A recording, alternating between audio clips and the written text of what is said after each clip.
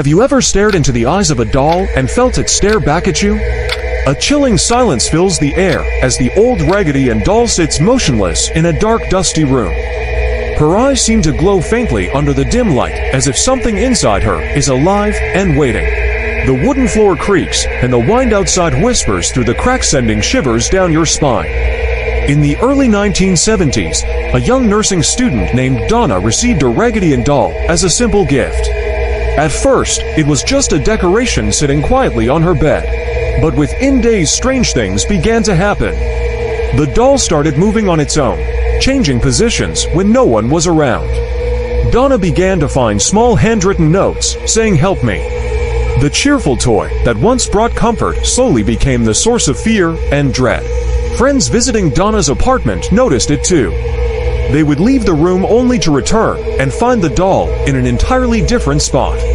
One day, a piece of parchment appeared out of nowhere, written in a childlike scrawl reading, "I am unhappy." Shadows moved in corners where there was no light. The ticking of a clock echoed unnaturally loud. And one night, Donna's friend Lou woke up with scratches on his arm, deep, fresh, and burning, as if the doll had attacked him. Fear spread through the apartment like a disease, and no one dared to touch Annabelle again.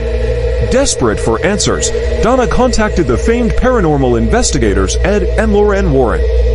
Upon investigation, the Warrens concluded that the doll wasn't possessed by a child spirit, as Donna believed, but by something far darker, a malevolent demonic entity. It wasn't seeking love, it was seeking a soul. One priest who mocked the doll was later involved in a terrible car crash. Another visitor claimed to have felt invisible claws scratching his chest while standing near it. To contain its evil, the Warrens sealed Annabelle in a special locked glass case at their Occult Museum in Monroe, Connecticut.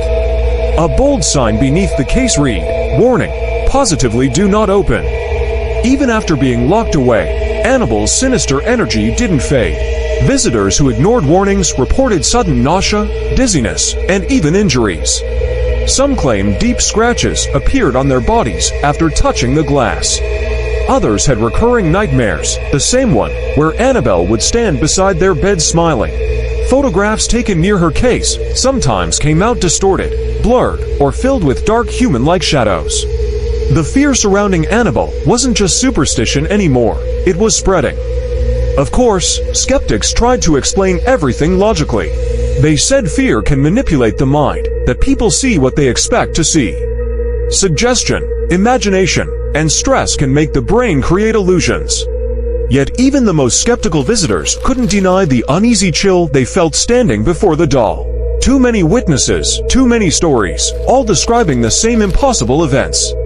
Whether you believe in the supernatural or not, one thing is certain, Annabelle has become a legend.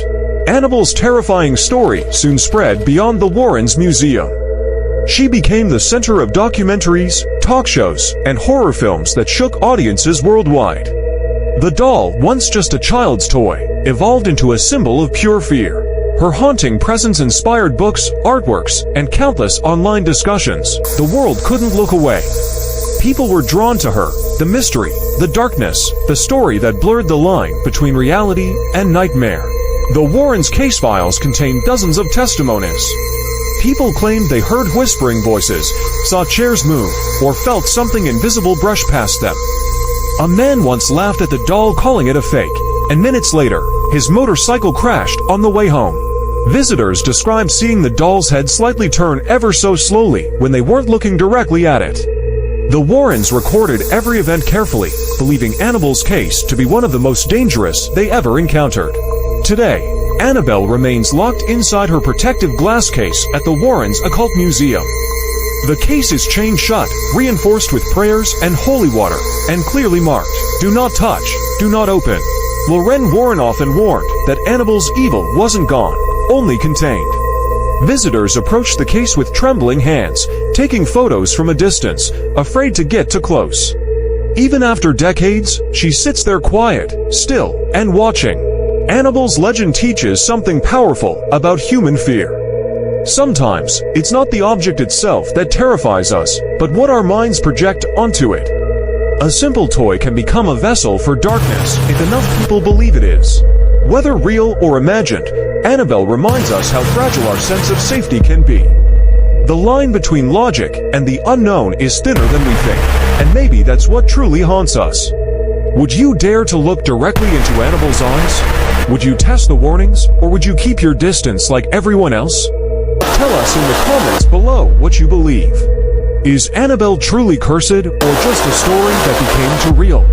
And if you enjoy exploring the darkest corners of true horror, don't forget to like, subscribe, and stay tuned for more real-life horror stories that challenge what you think is possible.